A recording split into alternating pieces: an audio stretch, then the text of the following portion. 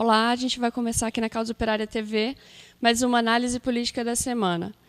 Nesse sábado, dia 18, a gente continua aqui em São Paulo com a transmissão ao vivo e o companheiro Rui Costa Pimenta continua com a atividade da luta contra o golpe na Europa e, portanto, hoje vai ser mais um dia em que a gente vai fazer a transmissão com 2 câmeras. Então, você que está assistindo ao vivo precisa ter atenção no sentido de garantir que você acompanhe as 2 câmeras. Aqui embaixo, na descrição, embaixo aqui, logo abaixo do vídeo do YouTube, tem a engrenagem e uma maletinha com 2 setas. Você seleciona e você pode trocar de câmera para identificar a câmera principal, que é a câmera que está com o companheiro Rui, direto da Europa, e a câmera secundária, que é essa que a gente está falando daqui de São Paulo. Então, acompanhe a gente nessa análise política. A gente começa esse dia 18, que é um dia de atividades intensas também aqui em São Paulo. No final dessa análise, a gente vai dar alguns recados. A gente vai participar de um cordão de carnaval aqui hoje e convidamos todos a participarem. E eu já convido o Rui para entrar direto da Europa para mais uma análise política da semana. Bom dia, companheiros. Vamos analisar um conjunto de questões fundamentais que estão acontecendo. Nós tivemos uma semana aí com acontecimentos da maior importância.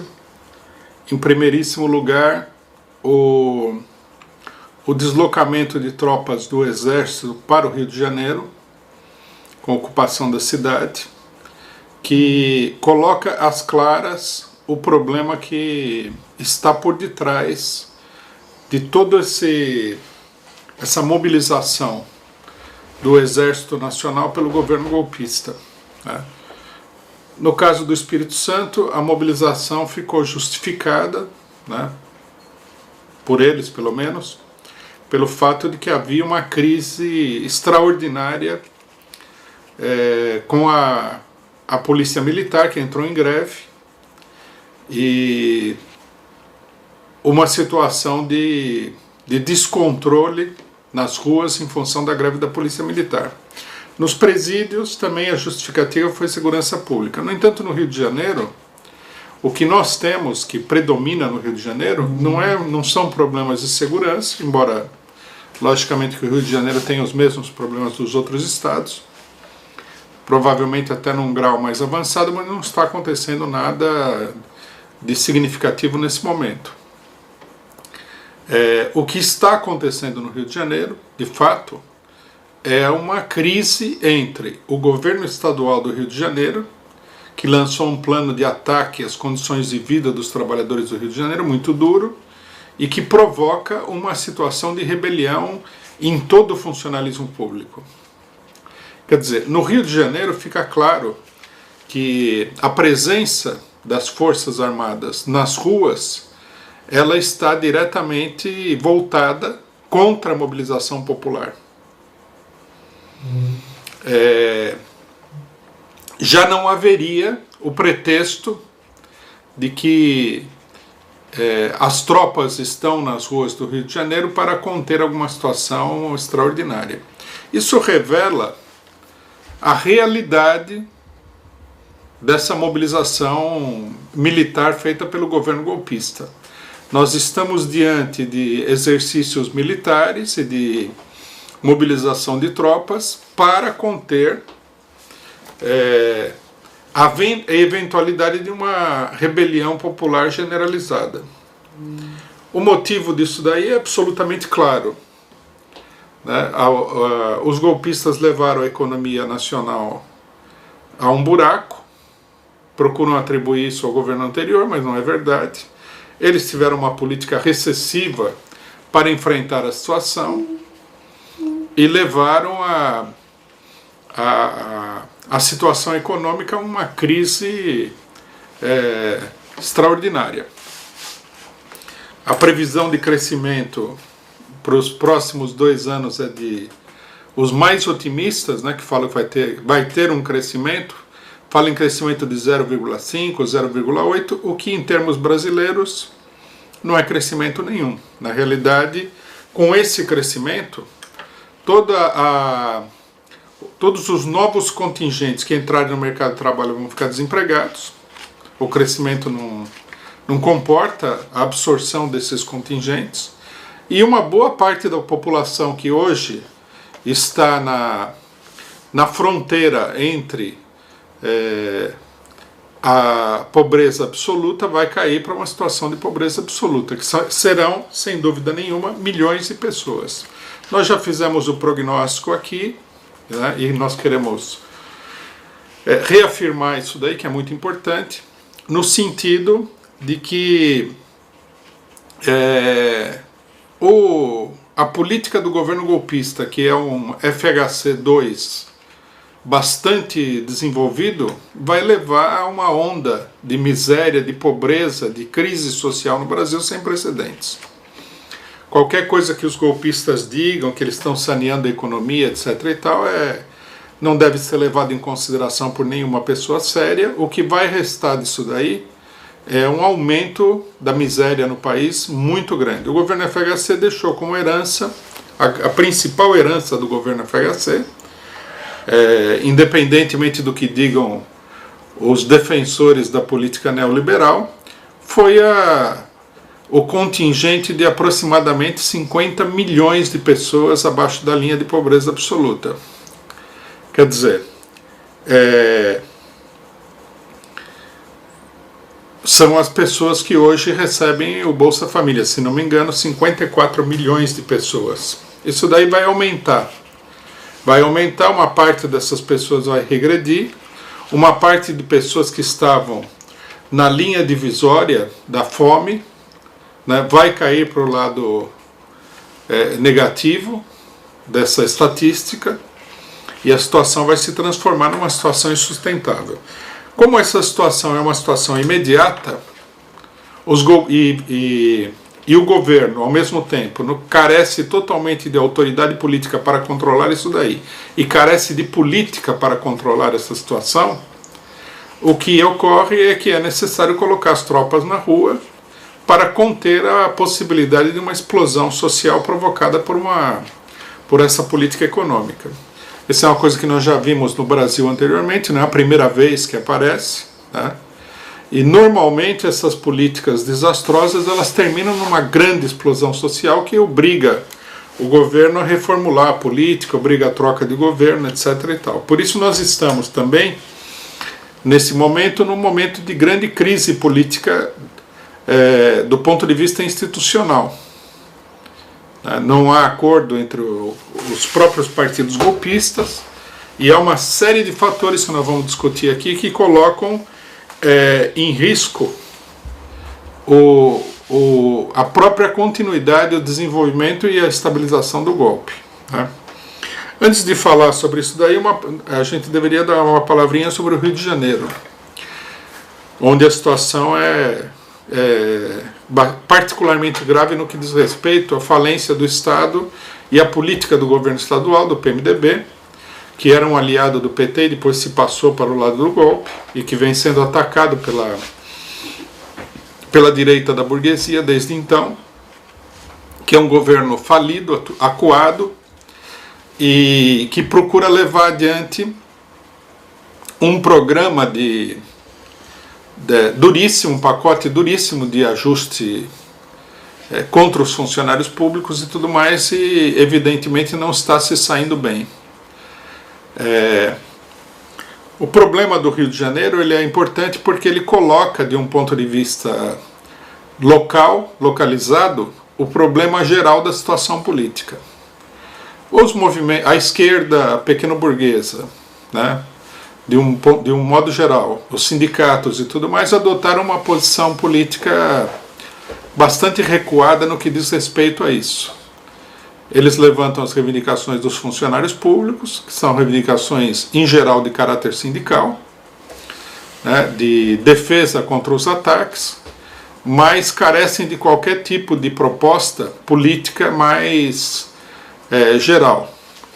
O problema no Rio de Janeiro não é simplesmente que o governo tem um programa de ataque aos trabalhadores. O problema central é que o governo está falido. É um governo em crise, nós poderíamos dizer assim, terminal. Até mesmo porque ele não conta com o apoio integral da burguesia para continuar. Nós vimos aí que integrantes do grupo governante já foram indiciados, sinal claro de que há uma tentativa de limpeza nesse sentido, e que a crise vai se aprofundar cada vez mais. O PSOL, que é um partido que procura ter uma iniciativa no terreno puramente parlamentar e no terreno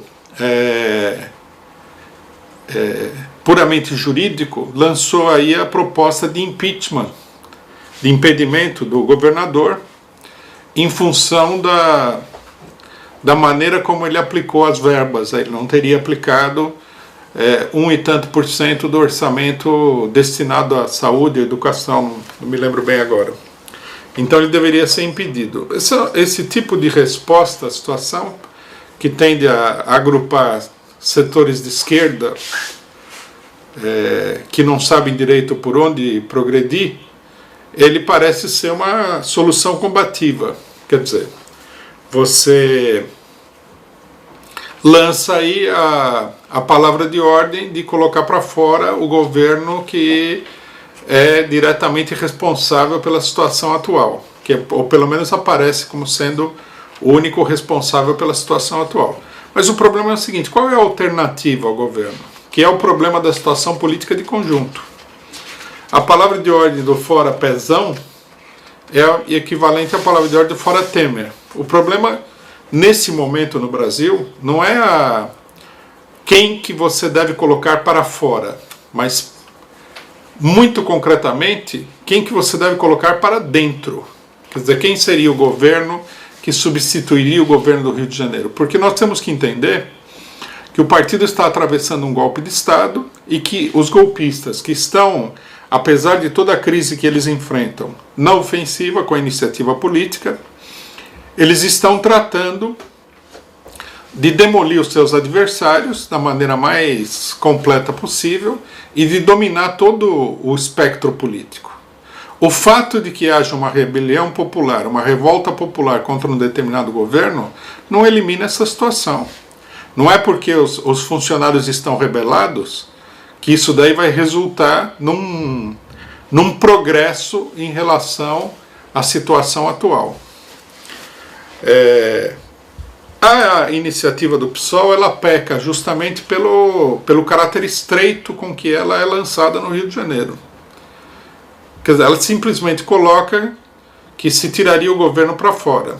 A partir daí ninguém sabe o que vai acontecer. Primeiro porque a situação vai ser decidida pela Assembleia Legislativa, ou pelo Judiciário, ou pelo STF, ou por alguém que intervém aí, que controla a situação jurídica, ou seja, pelos golpistas.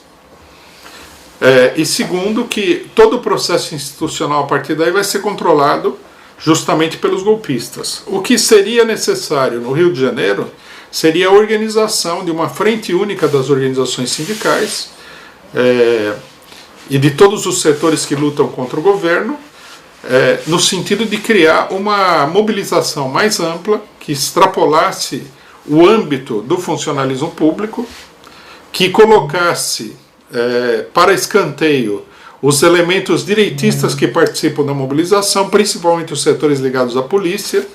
Nós tivemos essa extraordinária polêmica, analisamos um pouquinho essa extraordinária polêmica sobre o que é a polícia, como se polícia existe no mundo há milhares de anos e ninguém até hoje entendeu o que é uma polícia, né?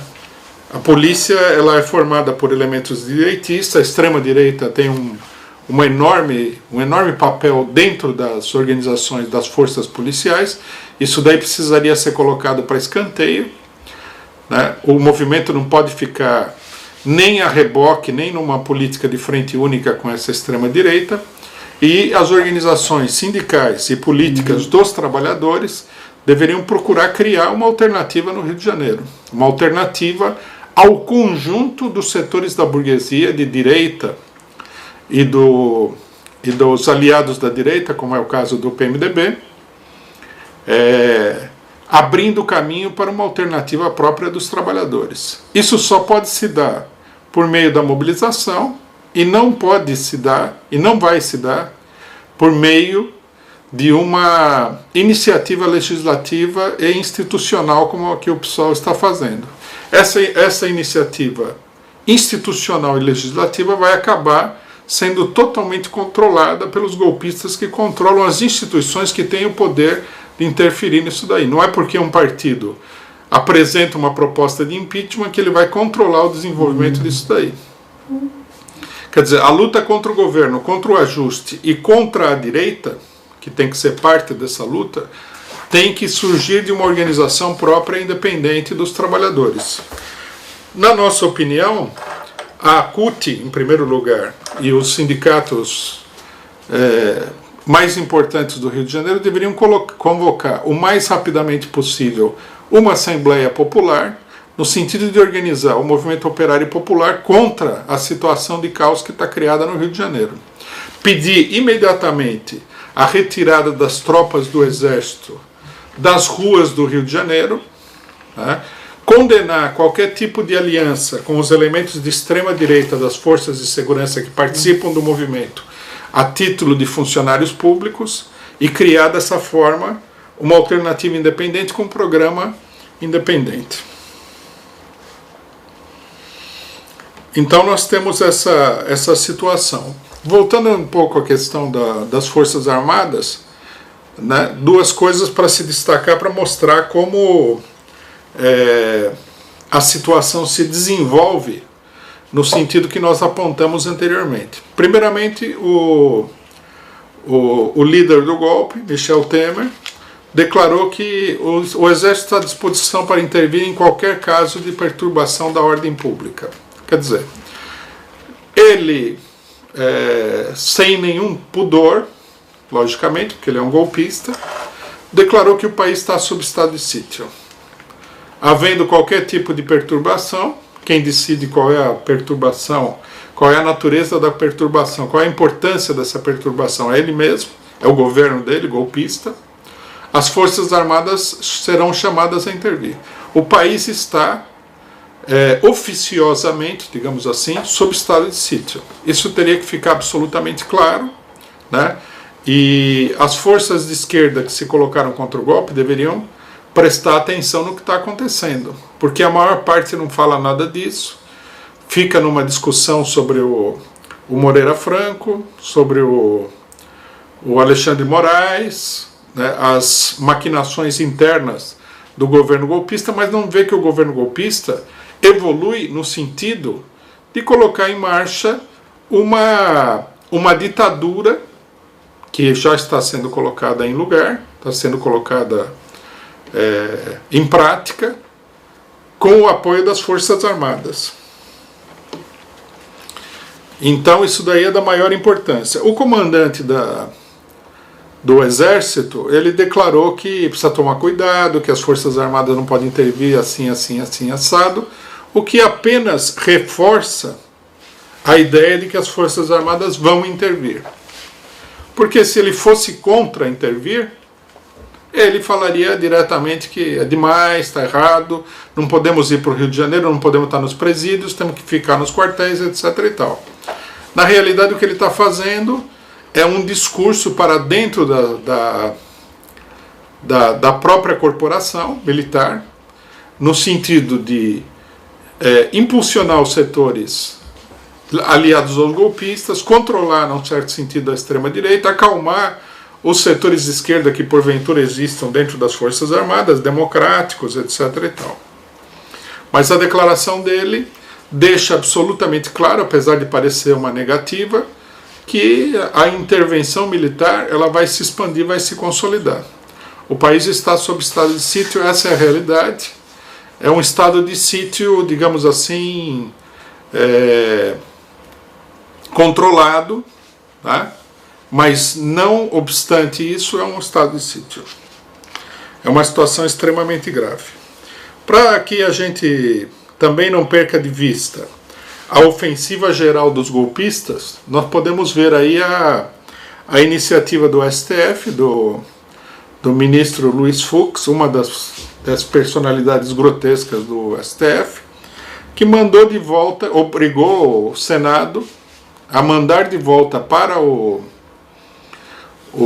a Câmara as chamadas 10 medidas contra a corrupção, que são uma verdadeira liquidação de qualquer ideia de constituição política nacional e que fazem o país mergulhar num estado de total exceção jurídica e política, um estado de fato. É mais uma manifestação da ditadura que se estabeleceu do judiciário, porque agora o juiz do STF decide o que os deputados podem votar ou não podem votar. Então ele achou que as modificações que foram feitas nas 10 medidas contra a corrupção desfiguram o projeto. E que, como seria um projeto de iniciativa popular, ele não poderia ser desfigurado. O que é absurdo, porque a Câmara poderia ter simplesmente rejeitado todo o projeto. O fato de ser um projeto de iniciativa popular, pela legislação brasileira, não obriga ninguém a aceitar isso daí, nem da maneira como está, nem de maneira nenhuma. Nota-se aqui da parte do STF o esforço dos conspiradores que deram o golpe de Estado no sentido de estabelecer uma legislação altamente repressiva. A legislação foi derrotada na Câmara parcialmente, né? Muita coisa contra os direitos da população passou e foi para o Senado, mas o ministro não ficou satisfeito. Ele quer, na verdade, praticamente ele disse aos deputados que eles têm que aprovar o projeto do jeito que está, que eles não podem mudá-lo, e que também provavelmente não poderiam rejeitá-lo. Quer dizer, coloca na realidade a seguinte situação: ou rejeita ou aceita do jeito que está, e aí tem a chantagem, né, da imprensa, etc. e tal, golpista, no sentido de falar que os deputados são a favor da corrupção, etc. e tal. Isso daí é uma coisa muito grave, porque esse projeto ele saiu de cena porque deu uma crise no Senado, mas ele é um dos maiores atentados jurídicos contra os direitos democráticos da população que foram colocados em pauta até agora. Ele é a transformação do Estatuto Jurídico Brasileiro numa grande lava-jato, ou seja, numa conspiração para controlar o regime político através da chantagem, da intimidação, da arbitrariedade legal, etc. e tal. Bom, uma outra coisa que apareceu muito claramente essa semana aqui, e que é muito importante como um elemento estrutural da situação política, um elemento decisivo, é justamente a questão do papel do ex-presidente da República, Luiz Inácio Lula da Silva. As pesquisas, até as pesquisas feitas pelo PSDB, que é meio que um desastre político, deram que o Lula ganha as eleições em todos os cenários, né? Esse é justamente o motivo pelo qual foi dado o golpe. No Brasil nós temos aí um sistema político que vem desabando há muito tempo, né? Muito tempo mesmo.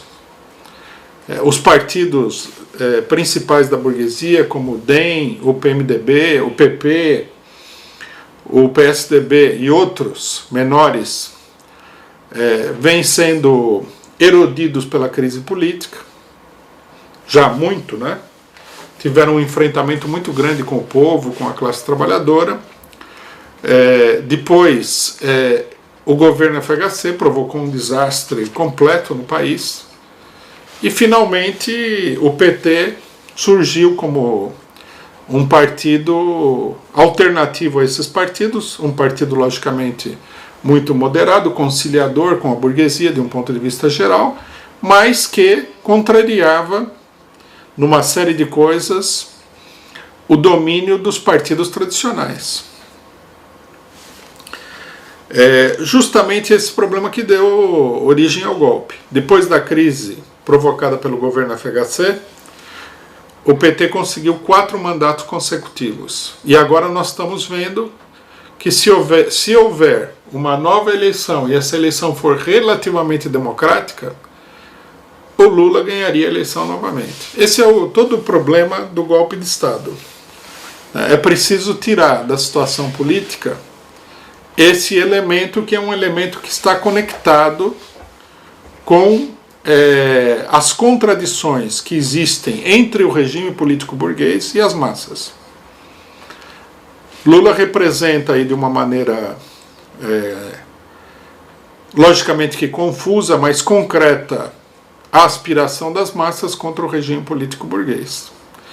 E mostra também, né, a hora que se coloca a realidade, que os golpistas não têm popularidade nenhuma, que a campanha contra a corrupção, que teria dominado o país, não dominou absolutamente nada, e que aí a pessoa que aparece todos os dias denunciado como corrupto, que tem 5 inquéritos na Lava Jato, etc. e tal, é o candidato preferido da população e, nós podemos dizer, apesar de não ter estudado as pesquisas, da população pobre. Quer dizer, é meio que um desmentido de toda a operação política que foi colocada em marcha com o golpe, a partir de 2012. O povo repudia a esquerda, o povo quer a direita, a luta contra a corrupção é um grande movimento de massas, o problema central da população é a luta contra a corrupção, e aí a gente vê que o candidato que ganha a eleição fácil de todo mundo, em todos os cenários, é um dos principais acusados na campanha da corrupção, e o partido dele é o partido que está no centro da campanha da corrupção e que foi acusado de ter promovido a maior onda de corrupção da história do país. Ou seja, que toda essa campanha política nada mais é do que a cobertura entre uma luta de classes, e a luta de classes ela se sobrepõe. Finalmente, uma boa parte da população acha que a corrupção é secundária e que o problema social da população pobre é que é decisivo. Que o problema social, que os direitos políticos é que são decisivos. Justamente a dificuldade que o golpe tem de se estabilizar, né, de se institucionalizar como sendo uma operação democrática, consiste nisso. Se abrirem as portas, o PT ganha as eleições de novo. Quer dizer, se as eleições forem minimamente democráticas, no Brasil nunca houve nenhuma eleição verdadeiramente democrática, se houver eleições minimamente democráticas, a tendência do PT ganhar a eleição é muito grande. Por isso, o regime político precisa ser transformado completamente. Por isso é preciso demolir o PT e tirar o PT do regime político. Esse é todo o sentido do golpe que aconteceu. E mostra também o equívoco que é, da parte do próprio PT, não reivindicar o governo que foi derrubado.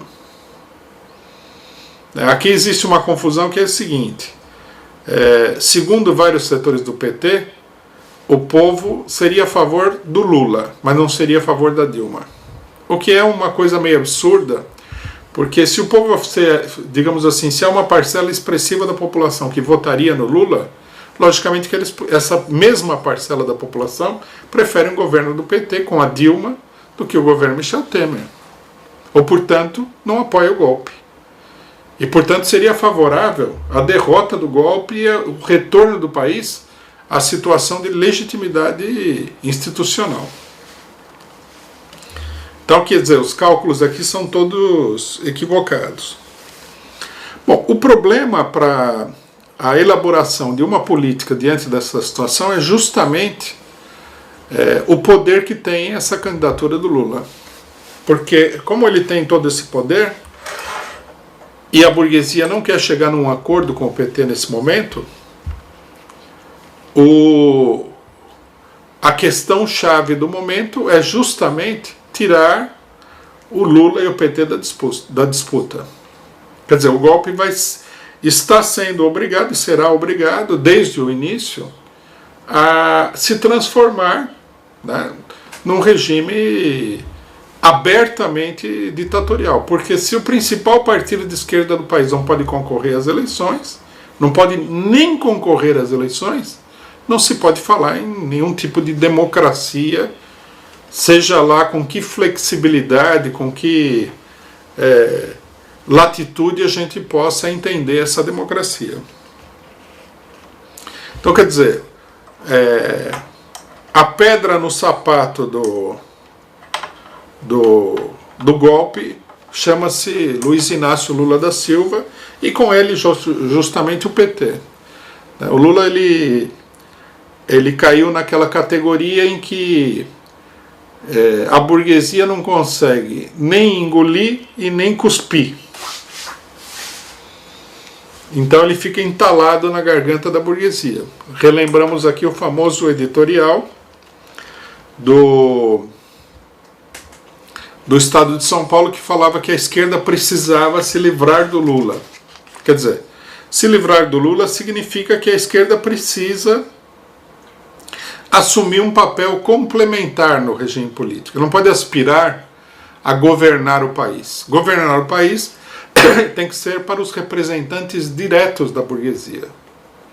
Se isso daí é assim com o PT, né, para dissipar a confusão que possa acontecer com muita gente de esquerda, se o PT é tratado dessa maneira, o PT que é um partido institucional, que é o partido que acredita nas eleições, que é o partido que acha que as coisas têm que ser resolvidas dentro da lei, dentro da Constituição, dentro de todas as regras forçadas que a burguesia coloca, que tem que apelar para o STF, etc. e tal. Se isso acontece com o PT, vocês imaginem, né, qual é o futuro da classe operária dentro de um regime político como esse, ou seja, nenhum. Essa que é a grande realidade. Tá?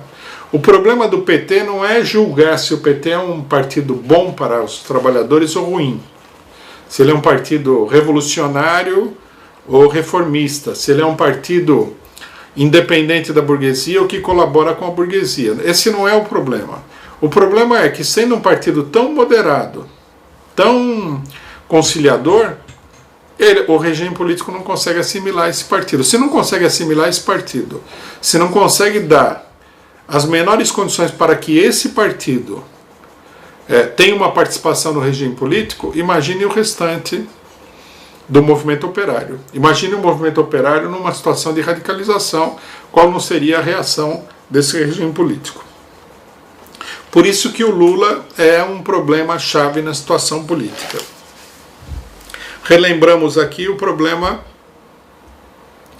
de que justamente nesse momento em que aparece, se materializa cada vez mais a ideia de que ele ganharia as eleições, começa uma campanha duríssima contra ele, o que mostra que a tática da esquerda de apostar todas as fichas nas eleições, porque o candidato que essa esquerda apoiaria seria um candidato fortíssimo, ela é uma compreensão muito unilateral da situação política. A capa da revista Isto É, essa semana, né, que coloca um cidadão lá que ninguém nunca viu mais gordo, falando que ele entregou uma mala de dinheiro para o Lula como propina. Depois, na matéria, eles explicam que o cidadão nunca se encontrou com o Lula. Quer dizer, por aí já dá para perceber para onde vai a coisa. O Lula logicamente que os advogados do Lula vão tentar processar esse cidadão por calúnia, revista, etc. e tal. Não vai dar em nada, porque os tribunais controlam totalmente isso daí. Assim como não deu em nada outras acusações que foram feitas contra ele, que ele processou. E a campanha vai ser gigantesca, né? Bom, esse problema também ele ficou explicitado num acontecimento muito importante, que foi uma entrevista dada pelo Ciro Gomes no Estado de São Paulo, onde ele abre o jogo muito claramente, né? Mais claramente ainda do que ele havia feito no passado, dizendo o seguinte, que a candidatura do Lula é prejudicial para o país. Por quê? Porque ela conduz à polarização política e não a conciliação política. Aí nós vemos o paradoxo da situação política brasileira. Uma das pessoas mais conciliadoras do país, que é o Lula, é um elemento que conduz o país não à conciliação, mas à polarização. Quer dizer, da política de conciliação, bem sucedida até certo ponto, do PT, nós temos aí agora a política de polarização e da total impossibilidade de conciliação que se apresenta. Bom, logicamente que o Ciro Gomes se apresenta aí como candidato alternativo, o homem da conciliação. Por isso a gente precisa entender o seguinte: o Ciro Gomes ele não é o candidato da conciliação, ele é o candidato da submissão aos golpistas, que é o único tipo de conciliação que é possível nesse momento. Justamente por isso que a candidatura do Lula não aparece como a candidatura da conciliação, porque não há conciliação possível. A burguesia não quer uma conciliação.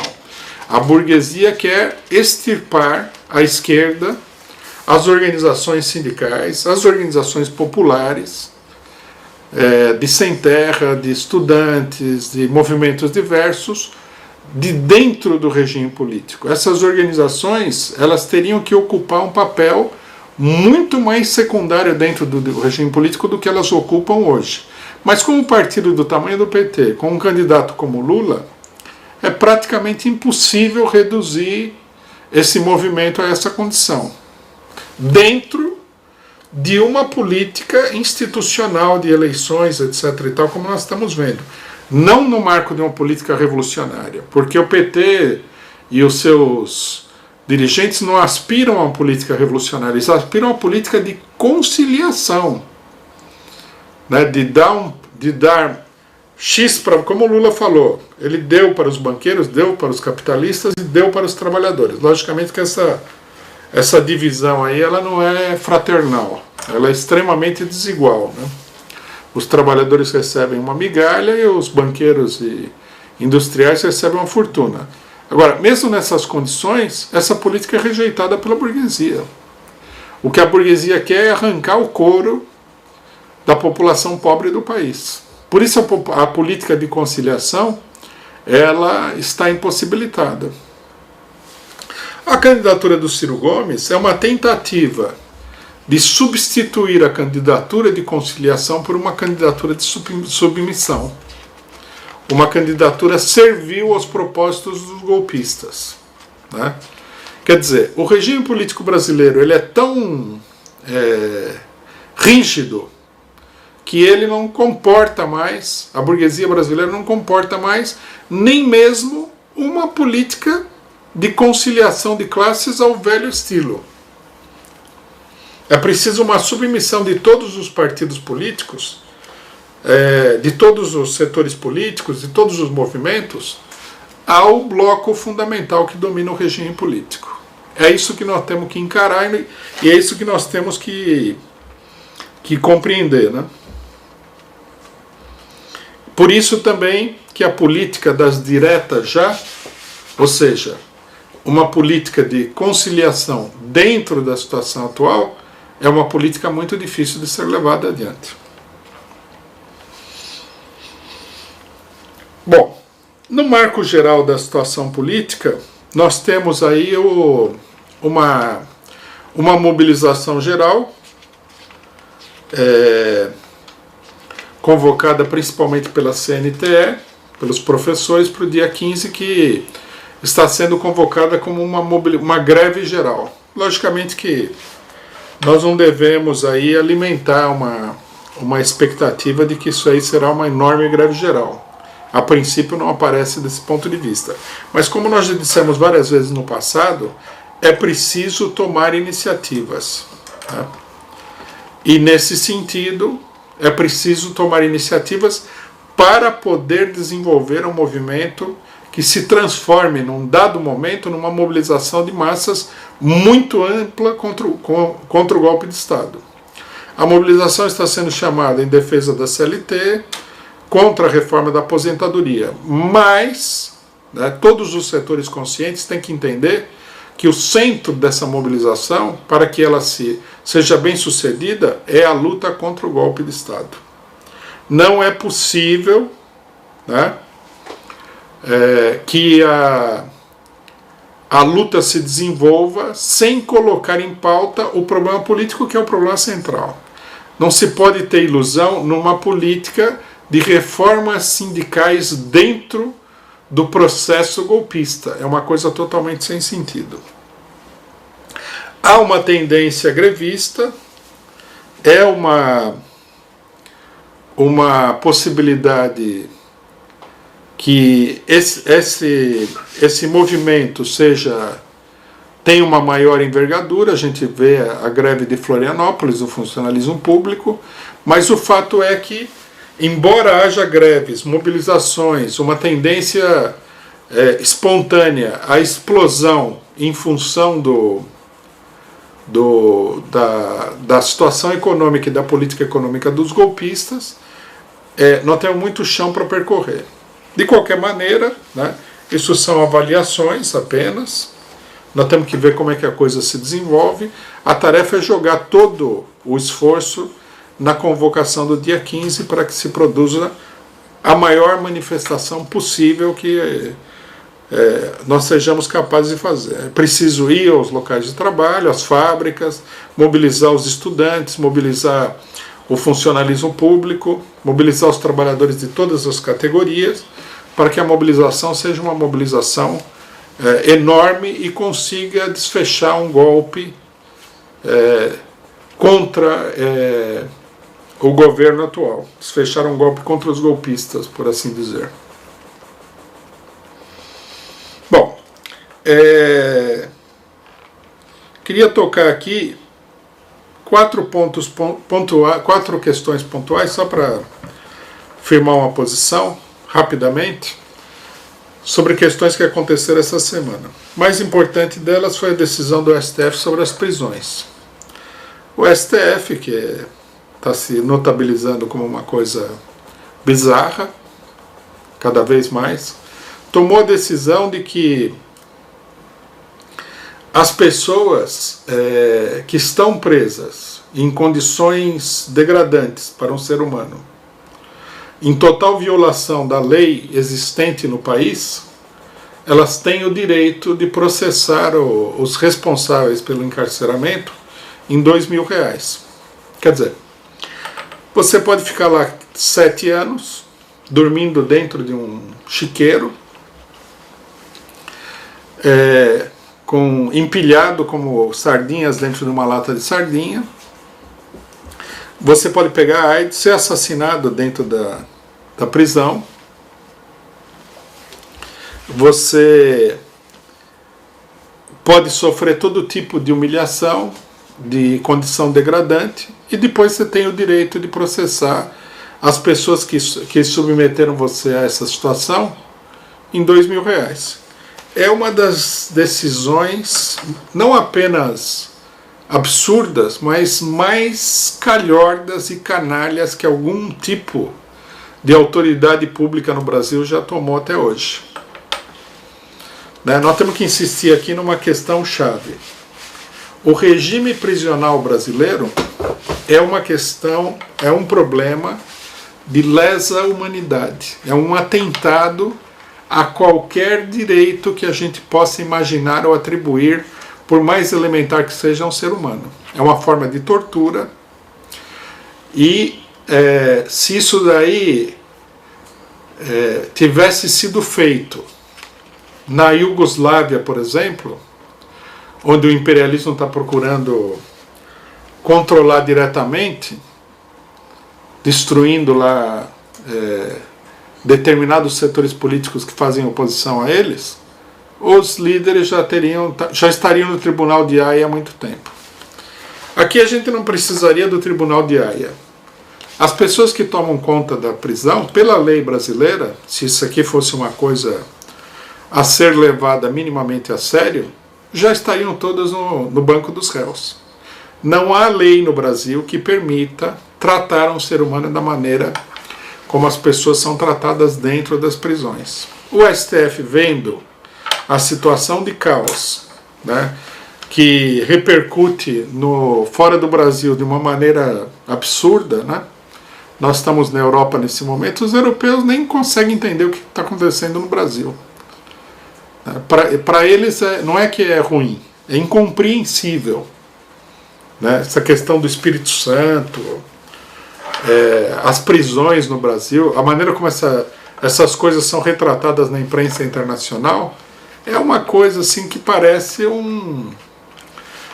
que o Brasil está patrocinando um show de horrores no mundo.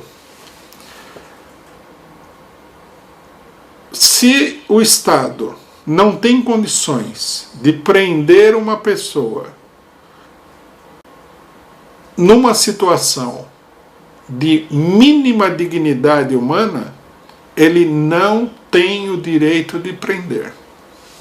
Eu acho que apesar de toda a ignorância acumulada no STF, né, que agora adquiriu um acréscimo vai adquirir um acréscimo na pessoa do seu Alexandre de Moraes, apesar de toda a ignorância, de toda a falta de bom senso, de tudo de ruim que acontece lá, eu acho que é simples de entender isso daí para pessoas que se consideram como juízes. Não existe lei no Brasil que permita as autoridades públicas construírem campos de concentração ao estilo de Auschwitz. Não pode colocar numa cela onde cabem 2 pessoas, 40 pessoas. Não é legal, não é que não é humano, não é legal.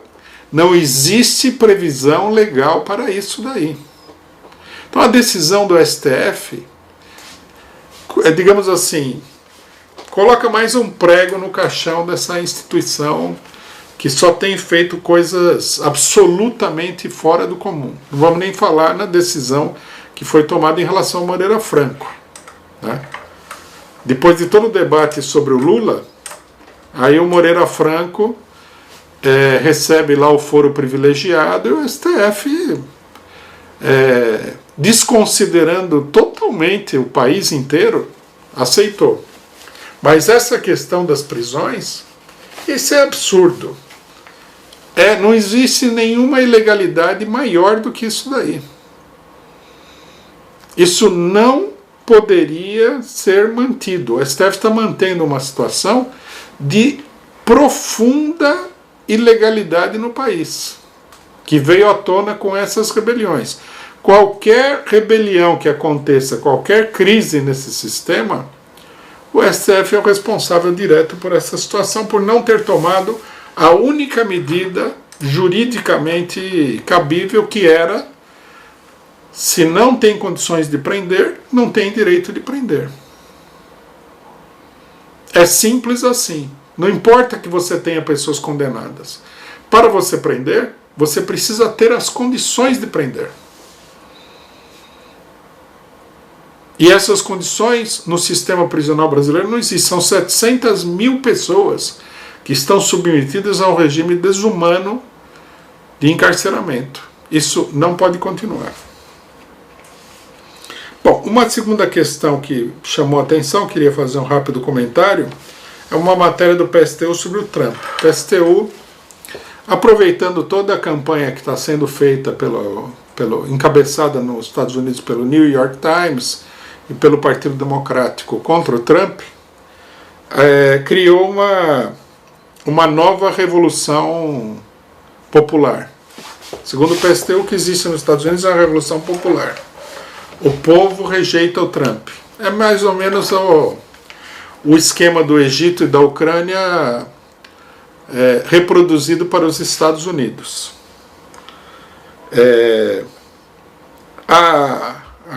Os Clinton, né? A ala direita do Partido Democrático, os Soros, os Bush, etc. e tal, seriam agora a Revolução Democrática. É evidente que quem está colocando o povo na rua é o Partido Democrático. Há uma indignação contra o que o Trump está fazendo, há uma indignação, mas está sendo canalizada, explorada e mobilizada pelo Partido Democrático em função, né, da luta do Partido Democrático e de um setor do Partido Republicano também, direitista, justamente o setor que invadiu o Iraque, que invadiu o Afeganistão, a luta pelo poder desse setor. Segundo o PSTU, Trump é a verdadeira face do imperialismo. Isso é falso. Logicamente que o Trump, como todo governo norte-americano, nem que a gente colocasse a esquerda, né, colocasse o Partido Verde norte-americano no governo, deixaria de ser um governo imperialista, logicamente. Todo governo norte-americano é um governo imperialista, a não ser que a classe operária norte-americana derrube a burguesia e tome o poder. Mas o Trump não é a verdadeira face do imperialismo. O Trump, nesse momento aqui, é a face falsa do imperialismo. A verdadeira face do imperialismo está no campo daqueles que opõem o Trump. Não considerar isso daí é desorientar a população, como uma parcela expressiva da esquerda internacional tem feito e fez no Egito, na Venezuela, na Ucrânia, na Bolívia, no Brasil, onde apoiaram o golpe, etc. e tal.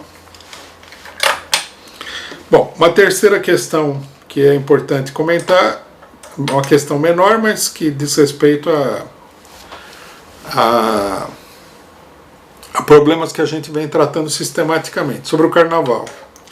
No Carnaval apareceu a tendência, né, apoiada pela imprensa golpista também, é preciso ver isso daí, porque senão não teria repercussão nenhuma, de que tem que haver uma censura das marchinhas carnavalescas.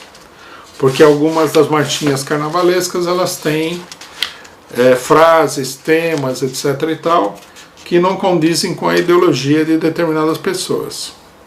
Nós já advertimos várias vezes a esquerda para isso, que é o seguinte: nós não podemos levar adiante uma política de censura. Nós temos que combater a censura. Uma parte da esquerda, porque é justamente uma parte da esquerda pequeno-burguesa, que tem uma posição privilegiada dentro da sociedade, ela acredita nesses meios de proibir, de impor aos outros a sua opinião, etc. e tal. Esses são os meios da direita. Se nós queremos efetivamente lutar por uma ideologia, nós temos que lutar pela positiva, pela educação, pela organização do povo, né, por estabelecer um programa, por mostrar qual é o caminho, unificar os trabalhadores e todos os setores em torno disso.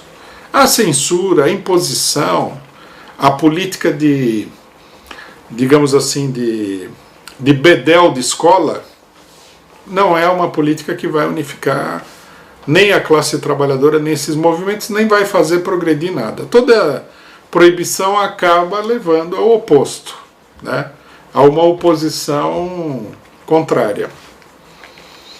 Então, isso aí é uma coisa que tem que ser criticada e denunciada. Um último caso que é parecido com esse daqui é o debate também meio esdrúxulo que apareceu na imprensa, que a imprensa deu um destaque, dessa vez por motivos... A imprensa golpista deu um destaque por motivos diferentes, que é o problema da apropriação cultural, esse debate meio absurdo do turbante, né? A gente vê que os grandes órgãos golpistas de comunicação, eles deram destaque porque aparece o movimento negro numa luz muito desfavorável em função dessa tomada de posição e desse problema que aconteceu, né? Não sei se todo mundo viu, mas uma moça branca estava usando um turbante no metrô, foi hostilizada por estudantes universitárias negras que falaram que ela não tinha o direito de usar o turbante, que ela tinha que tirar o turbante, etc. e tal. Aí, para azar da política de eu quero que você faça a minha vontade, a moça estava com câncer, estava careca e usava turbante porque ela estava careca, não porque ela queria nada de nada em relação à questão. Aí a imprensa, logicamente, que deitou e rolou. Mostrou a moça com câncer, etc. e tal. Foi uma grande campanha contra o movimento negro em geral, que aparece como sendo uma cambada de gente intolerante e até maluca, né? A maioria das pessoas nem vai conseguir entender porque a briga do turbante. Então, aqui a gente deve dizer o seguinte: não se trata, logicamente, de condenar nenhum movimento, muito menos de todos os movimentos possíveis o movimento negro, por ter ideias A, B ou C de como deve ser travada a luta. Eu acho que é absurda a ideia de que um movimento tem que seguir regras de boa conduta. Se uma pessoa, um setor, né, social, que sofreu durante séculos a opressão de outros setores, se revolta de uma maneira confusa ou errada até, bom, paciência, né? A opressão causa essas coisas. Então, desse ponto de vista, o PCO costuma, é o nosso hábito, não condenar essas manifestações de exagero. Mas tem duas coisas que a gente precisaria dizer. A primeira delas é que o método de você não pode não é um método do oprimido. Os negros são oprimidos, mas as pessoas que estão levantando essa questão de você não pode agem mais com a mentalidade dos opressores do que com a mentalidade dos oprimidos. Os oprimidos procuram a solidariedade para a sua causa. Então, o você não pode, eu não vou deixar, eu não quero que você faça assim assado, isso daí é a maneira de proceder dos opressores. Segundo, essa luta miúda sobre questões culturais, ela dá a impressão de que as pessoas que levam, os setores do movimento negro que levam isso adiante, eles não acham que eles precisam de uma unidade com outros setores. Eu ouvi, nesse sentido, estava até escrevendo uma matéria para publicar sobre isso, o deputado do PSOL, o João Willis, falar o seguinte, em resposta a uma pergunta que foi feita para ele de onde é que estavam os sindicatos e os trabalhadores na luta contra o golpe. Então ele respondeu que os trabalhadores, eles não são uma força, porque o trabalhador bate na mulher. Então, quer dizer, se ele bate na mulher, o trabalhador em geral, né? Não vamos nem falar nada sobre a generalização, mas o trabalhador bate na mulher. Então não dá para se unificar com o trabalhador. Só dá para se unificar com a pessoa que não bate na mulher. O trabalhador, ele falou também, é homofóbico, então não dá para se unificar com o trabalhador. Então a luta vai ficar restrita a um grupinho insignificante. Não se trata de ganhar o trabalhador para a causa da defesa da mulher. Não, ele bate na mulher, não vai ser, ele não faz parte dessa luta. Essa mentalidade hipersectária, nós diríamos, é a mentalidade de quem acha que é poderoso, né? Que tem um poder. É a mentalidade de setores que têm sido setores intelectuais, a gente diria de esquerda, né? Esquerda pequeno-burguesa, tanto no caso desses setores do movimento negro, como no caso de outros setores, João Willis, etc. e tal, PSOL, que se sentem poderosos porque há uma corrente a favor deles que vem do imperialismo mundial. O problema que esses setores não estão vendo é que essa corrente, essa manipulação que dá a ilusão de que as mulheres que lutam pelos direitos das mulheres, os negros, os homossexuais são muito poderosos, ela está refluindo. Ela está dando lugar a uma direita que justamente vai explorar toda essa situação que se criou anteriormente contra ela.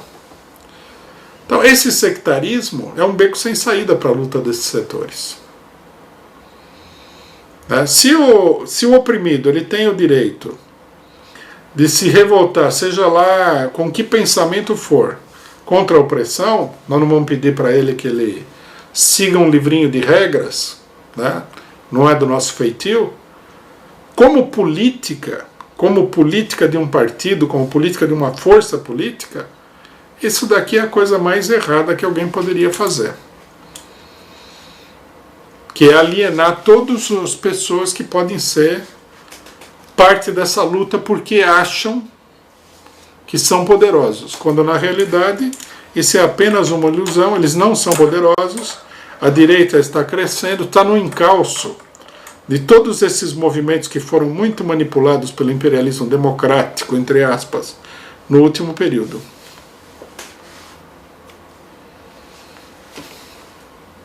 Bom, vamos lá, companheiros. Passamos a bola aí para os companheiros em São Paulo.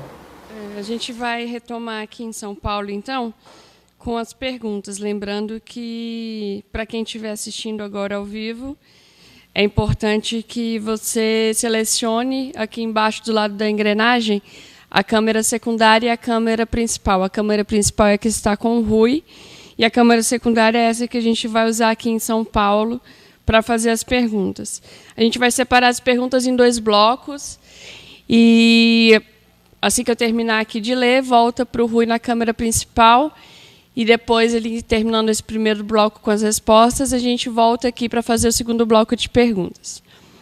Então, a primeira pergunta é a seguinte: o que dizer da confusão envolvendo o ministro Roberto Freire e o premiado Raduan Nassar? Qual o histórico de Freire? Segunda pergunta: Mussolini era de esquerda, Roberto Freire também. Que esquerda eles representavam? O que leva a essa mudança de posição?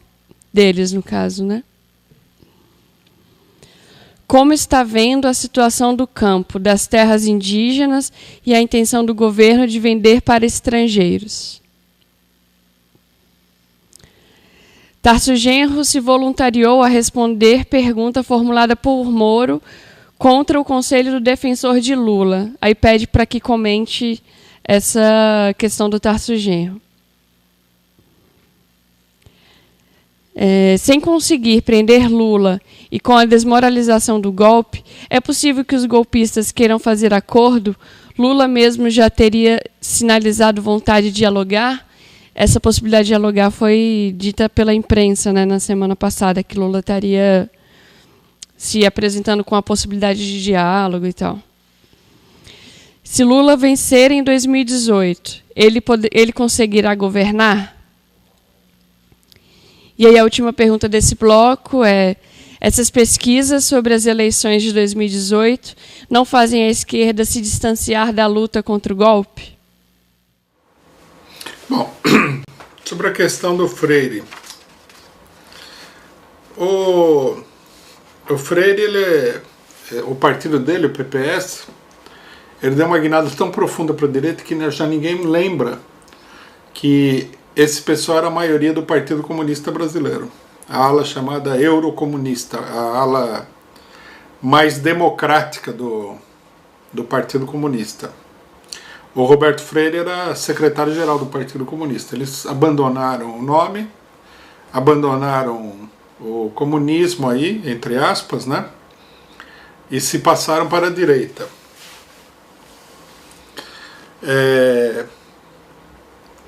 Na segunda pergunta, alguém pergunta como é que eles mudaram, né? Eu diria o seguinte: eu não acho que houve uma mudança agora ou recentemente. Muita gente, depois que os partidos comunistas entraram em crise, acabou a União Soviética, desabaram os Estados Operários do Leste Europeu, etc., eles confessaram que eles não eram comunistas.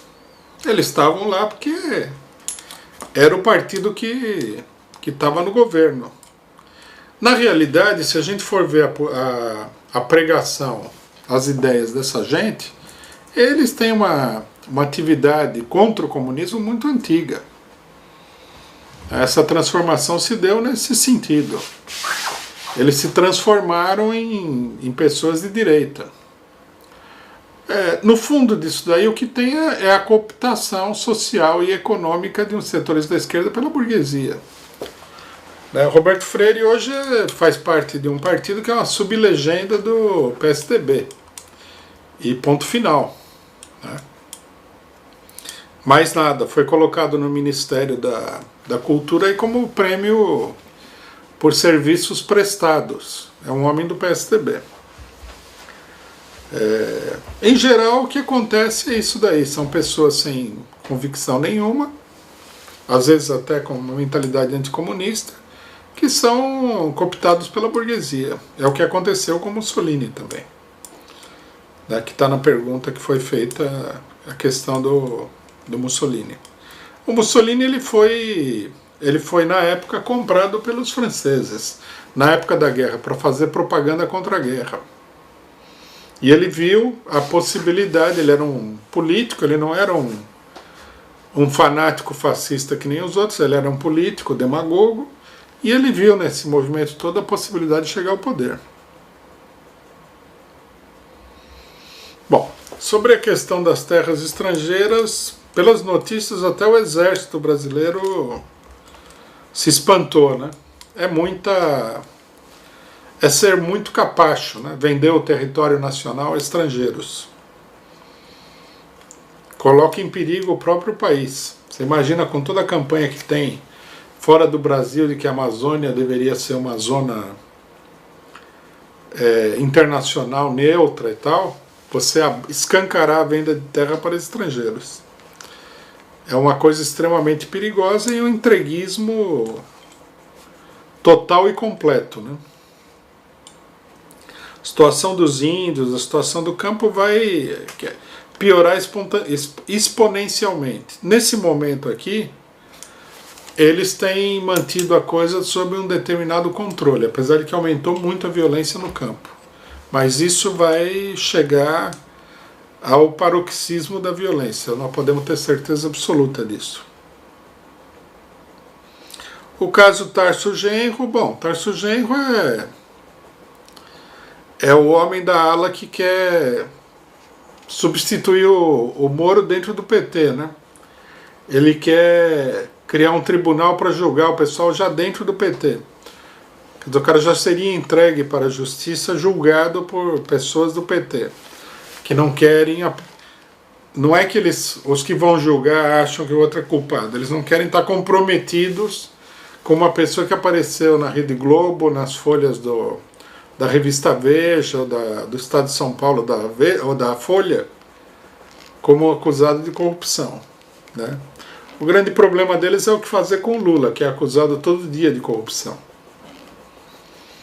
Aí não vi ninguém falar que o Lula tinha que ser expulso do PT, quer dizer, é de uma hipocrisia gritante, né?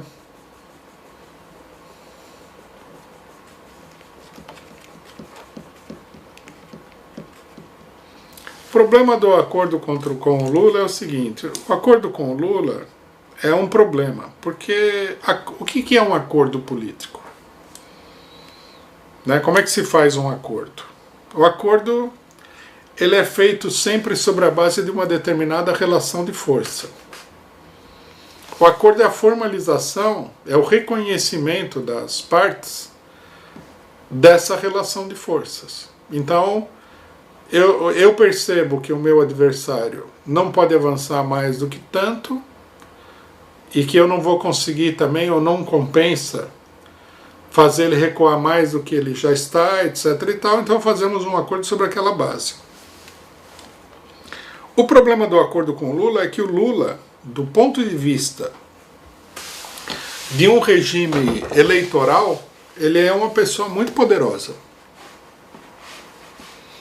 Esse é um impedimento para o acordo. Mesmo que você queira fazer um acordo, você não vai querer se submeter a uma série de coisas. Se você tem o poder para não se submeter, você não vai se submeter. Muita gente acha que os políticos que defendem a conciliação de classes, a colaboração de classes, eles são pessoas venais, eles vão lá para fazer um acordo porque eles são venais. Não, não é tão simples assim. Tudo depende da força dos setores em conflito, né? Nós estamos vendo isso daí. À medida que o imperialismo norte-americano, né, os setores fundamentais se enfraqueceram, os que estão sob o controle do imperialismo norte-americano, eles começam a levantar a cabeça. Porque a opressão do imperialismo da direita, ela é uma opressão muito grande. Ela não é pequena, não é porque num determinado país, é a burguesia que está em conflito com o imperialismo ou que a opressão é pequena? Não.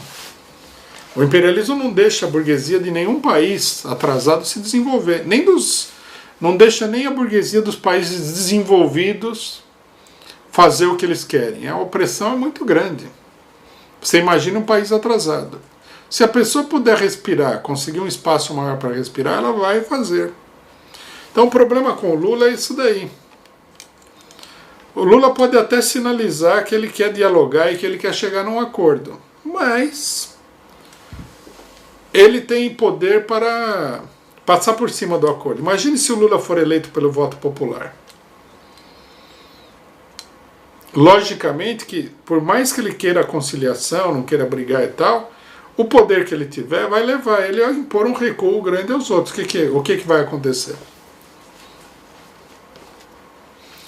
Bom, se o Lula vai conseguir governar ou não em 2018, se ele for eleito, né, que já é um grande ponto de interrogação, eu diria que pela experiência pregressa, não. Hoje em dia ninguém está conseguindo governar nada. Antes, quando você já tem o perigo de ser eleito, já estão conspirando para impedir você de governar, seja você de direita ou de esquerda. A gente vê, por exemplo, na Europa, o Partido Conservador e os partidos do regime foram pegos de surpresa pelo Brexit, pelo plebiscito, resultado do plebiscito. Eles procuraram de todas as maneiras passar por cima disso daí. Eles só não passaram por cima porque eles tiveram medo. Se eles tivessem achado que eles iam perder, eles já teriam se organizado para reverter o resultado.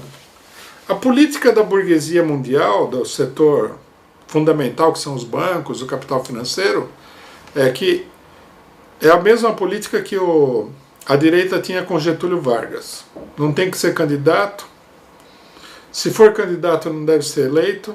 Se for eleito, não deve governar, deve ser derrubado por um golpe. Essa é a política geral para todo mundo. É a política para o Nicolás Maduro, é a política para o Putin, é a política para o Trump, por incrível que pareça, porque é até meio cômico de ver a luta da burguesia nos Estados Unidos. É a política para a Marine Le Pen na França.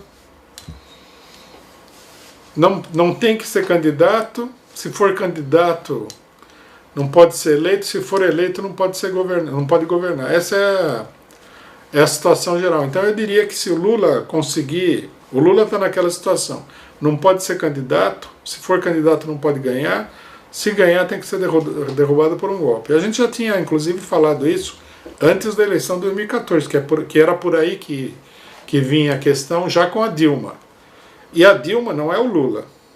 Com o Lula, vai ser muito pior do que foi com a Dilma. Por mais poderoso que ele seja. Então, as pesquisas sobre as eleições fazem com que a confusão aumente, mas elas, na realidade, se nós tivermos uma análise concreta da situação, uma análise lúcida, elas iluminam bastante o panorama. As pesquisas mostram por que o golpe não teria que ser aceito de jeito nenhum.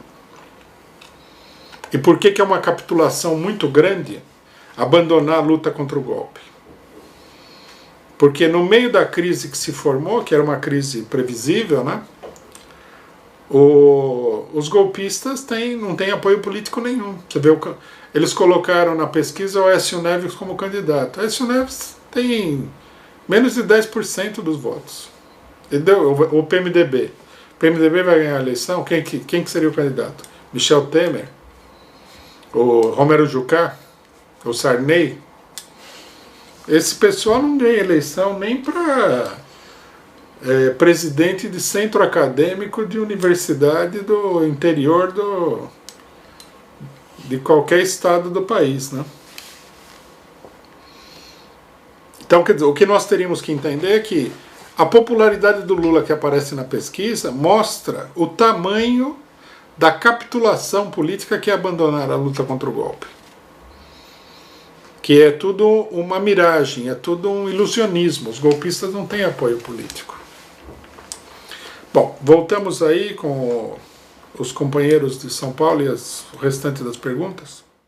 A gente vai retomar, então, o segundo bloco de perguntas para o Rui responder lá da Europa.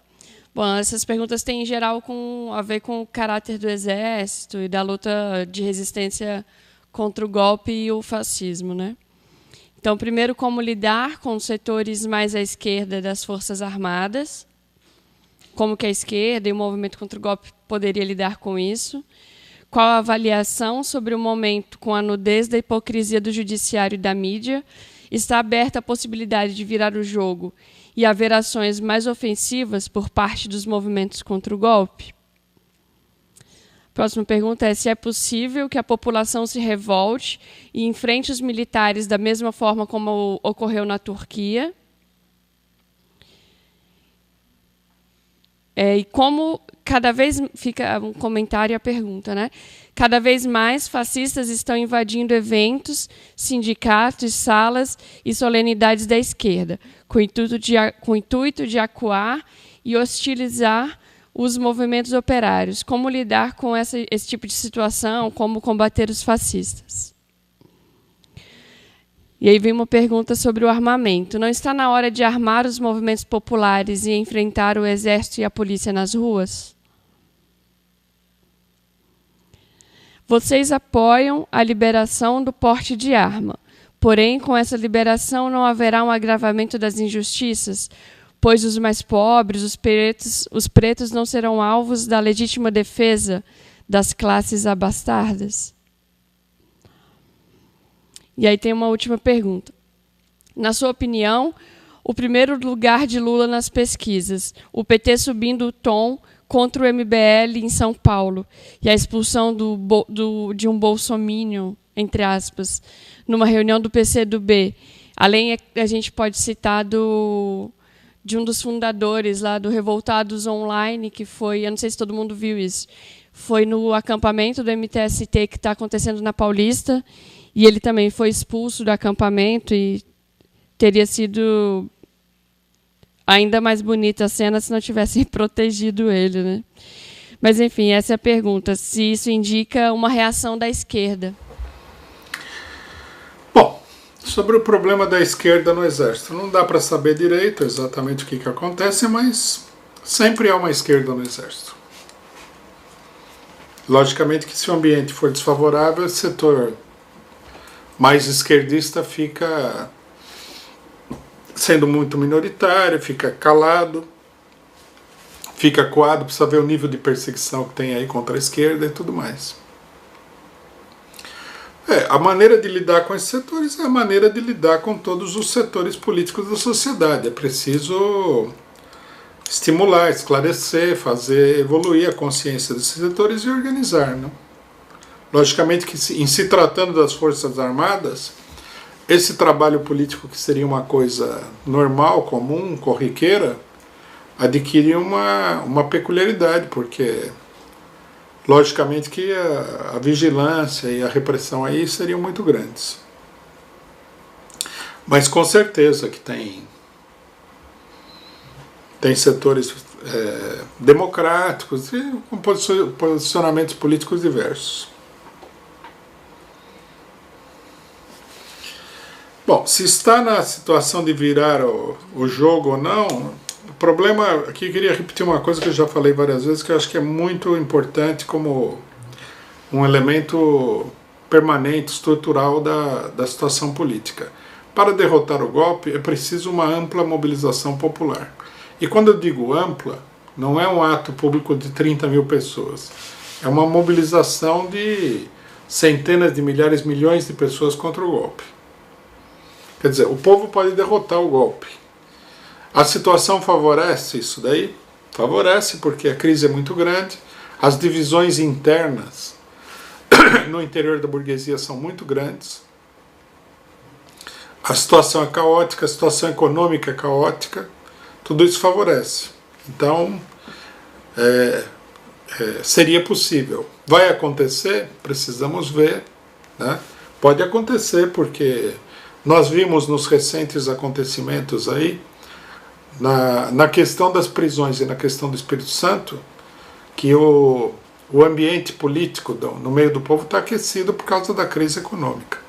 A gente não deve se deixar levar por ideias de que isso daí é a criminalidade. E se for a criminalidade, então tem uma parcela expressiva da população trabalhadora na chamada criminalidade, o que deixa de ter importância como criminalidade, né? É um problema social geral.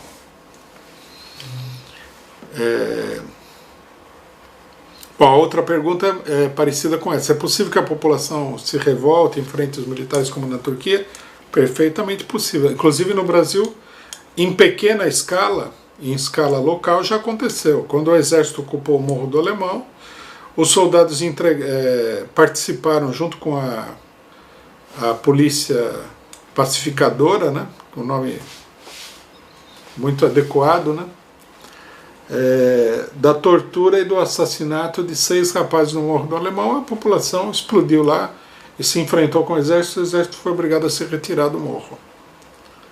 Esse é não só que vai acontecer, como já aconteceu. O problema aqui consiste em que aconteça de uma maneira generalizada e como integrado a um movimento organizado de luta contra a presença do exército. O que me chama a atenção nessa questão das Forças Armadas é que você lê toda a imprensa de toda a esquerda e você não encontra a reivindicação democrática mais elementar, que é fora as Forças Armadas das ruas. Soldado para o quartel. A função das Forças Armadas é defender o país e não oprimir a população. Isso não é a função das Forças Armadas. É uma reivindicação elementar, democrática. Uma reivindicação básica. E ela não aparece em lugar nenhum. Isso daí a gente tem que chamar a atenção. Bom, sobre os fascistas atacarem os movimentos, é fato, né? Nós temos denunciado isso aí sistematicamente, mas é interessante que a gente viu que foi um fascista do MBL fazer uma provocação numa reunião que estava se realizando numa universidade e o pessoal não permitiu que ele fizesse a provocação. Eu achei isso daí já um fato positivo, porque aqui é assim, a esquerda ela tem dupla personalidade, eles querem censurar todo mundo, querem impedir todo mundo, querem controlar o vocabulário nacional, as marchinhas de carnaval, quem usa turbante, quem não usa turbante, é uma vontade de policiamento enorme. Mas aí vai um direitista, invade uma reunião, ninguém faz nada contra ele. Tá? Esse Fernando Holliday invadiu uma reunião que tratava do caso do Marighella, se não me engano, o Lamarca, Che Guevara, não sei o que era. O pessoal, em vez de botar ele para correr, dá um tranco nele, né? Ou como nós já falamos outra vez, pegar a cabeça dele e socar na parede, porque ele não tem direito de invadir nenhuma reunião, não fizeram nada. Aí, como ele é folgado, ele é um fascista folgado, ele foi numa outra reunião filmar uma reunião que estava acontecendo no gabinete de uma vereadora. Bom, não sei, aí o pessoal tem que esperar até o dia que eles fizerem uma barbaridade aí, né, derem um soco na cara de uma mulher do PT ou do PCdoB para tomar uma atitude contra ele. No caso dessa universidade, o pessoal já tomou atitude. Eu acho que isso é um sinal positivo, não tem que deixar. Essa aqui é uma organização de extrema direita, que vai nas organizações do movimento popular, ao qual eles não pertencem, para fazer provocação e tentar sabotar a reunião, o evento que está acontecendo. Num primeiro momento eles fazem isso de maneira mais ou menos pacífica, mas se eles notarem que o pessoal deixa eles fazerem o que eles querem, eles vão crescendo e vão tomando atitude cada vez mais agressiva. O que foi feito nessa reunião, não sei se numa universidade do Sul, aí não me lembro exatamente qual que era, não sei se era Paraná e tal. que o cidadão tirou a camisa lá do Bolsonaro e botaram ele para correr, foi absolutamente certo. Não tem que tolerar isso aí. Isso daí já não é um problema democrático. Esse é um problema de você reagir à provocação. Logicamente que depende muito da politização de cada um, saber o que é um problema democrático, o que é uma provocação e como você deve reagir em cada caso. Mas eu acho que é fácil de aprender, né? O que aconteceu nessa reunião era uma provocação. E o pessoal teve uma atitude correta, digamos assim. Um pouco pacífica demais, talvez, mas correta. Não tem que deixar. Bom, o problema de armar os movimentos populares e enfrentar o exército e a polícia, eu acho que é uma questão... acho que a questão está colocada de uma maneira errada, né? Numa situação como a que nós estamos vivendo, o movimento operário tem que assumir uma posição claramente defensiva. É como acontece com essas provocações do MBL. É preciso se organizar para se defender. Enfrentar no sentido de assumir a ofensiva, isso aí no momento está fora de questão. Seria preciso um apoio muito grande da população e tudo mais. Tudo deve ser visto do ponto de vista do ângulo defensivo. É preciso defender as reuniões. Por exemplo, essa reunião que aconteceu na universidade, foi um direitista lá fazer provocação. Por que ele foi em uma pessoa? Porque ele está acostumado com esse negócio da esquerda, que quer proibir tudo e todo mundo, mas que a pessoa vai lá sozinha, faz uma provocação, ninguém fala nada. Aí botaram ele para correr. A próxima vez, se eles decidirem fazer uma provocação, ele não vai em 1, ele vai em 10. Então aí já vai ser preciso não simplesmente uma manifestação de indignação, mas um mínimo de organização para se defender. Se eles tentarem dissolver uma reunião com porretes, o pessoal deveria estar equipado de acordo para responder a esse tipo de ataque. Na minha opinião, é assim que funciona a coisa. É preciso, primeiro, discutir que os ataques vão continuar, vão se intensificar, que à medida que o pessoal comece a se defender, eles vão aumentar o nível de provocação e que a atitude deve corresponder a essa provocação e que o pessoal tem que estar preparado, tem que estar consciente do que está acontecendo, tem que deixar de lado esse negócio de que é o discurso de ódio e enfrentar o pessoal com um pouco mais de força de vontade aí para impedir o fascismo de progredir. Bom, essa questão de que a liberação das armas aumentaria a injustiça, isso aí é bobagem. O povo que não tem o direito de se defender, não se defende. É simples assim. Você vê, nos Estados Unidos, por exemplo, é uma situação um pouquinho diferente. A burguesia tem medo de uma explosão popular, porque se houver uma explosão popular, com um certo nível de radicalização, vai sair um monte de gente na rua armado com um fuzil de assalto. Eles têm medo disso daí. Se coloque no lugar da burguesia. O que você prefere? Que tenha uma manifestação na Avenida Paulista com um monte de gente armada ou com um monte de estudante, com camiseta, etc e tal, apanhando dos brucutus da tropa de choque? Se você é a PM. Lógico que você vai preferir o segundo cenário, né? Quem pode se defender, se defende. Quem não pode se defender, apanha. Mais ou menos essa é o mundo real. O mundo funciona assim. Como as pessoas têm umas ilusões sobre a democracia, tem gente que tem até a ilusão de que pode obrigar os outros a não usar turbante, não precisa nem convencer, não precisa discutir, não precisa ganhar a pessoa para sua causa, etc. Você pode obrigar. Então a pessoa acha que o mundo é uma coisa muito diferente daquilo que a gente vive. Mas se a direita crescer, não é que você vai obrigar a pessoa a não usar turbante. Precisa ver se você vai conseguir sair na rua de turbante.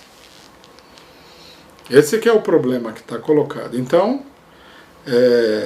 nós temos que ser a favor, nós devemos defender o direito da população pobre de portar armas.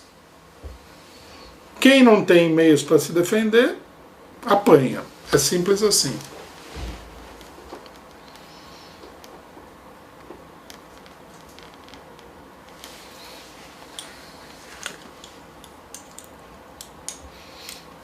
Eu não entendi direito essa última pergunta, mas me parece que a pergunta é se existe uma relação entre a subida do Lula nas pesquisas e a reação contra a direita, né? Eu acho que sim, que tudo é ligado. Não acredito que simplesmente a subida do Lula nas pesquisas é produto de um fenômeno eleitoral, é produto do crescimento tanto da rejeição como da militância contra os golpistas. É como o Ciro Gomes nesse sentido está certo, a candidatura do Lula polariza o país. Muita gente vai ver na candidatura do Lula um meio de se opor aos golpistas, um meio de luta contra os golpistas.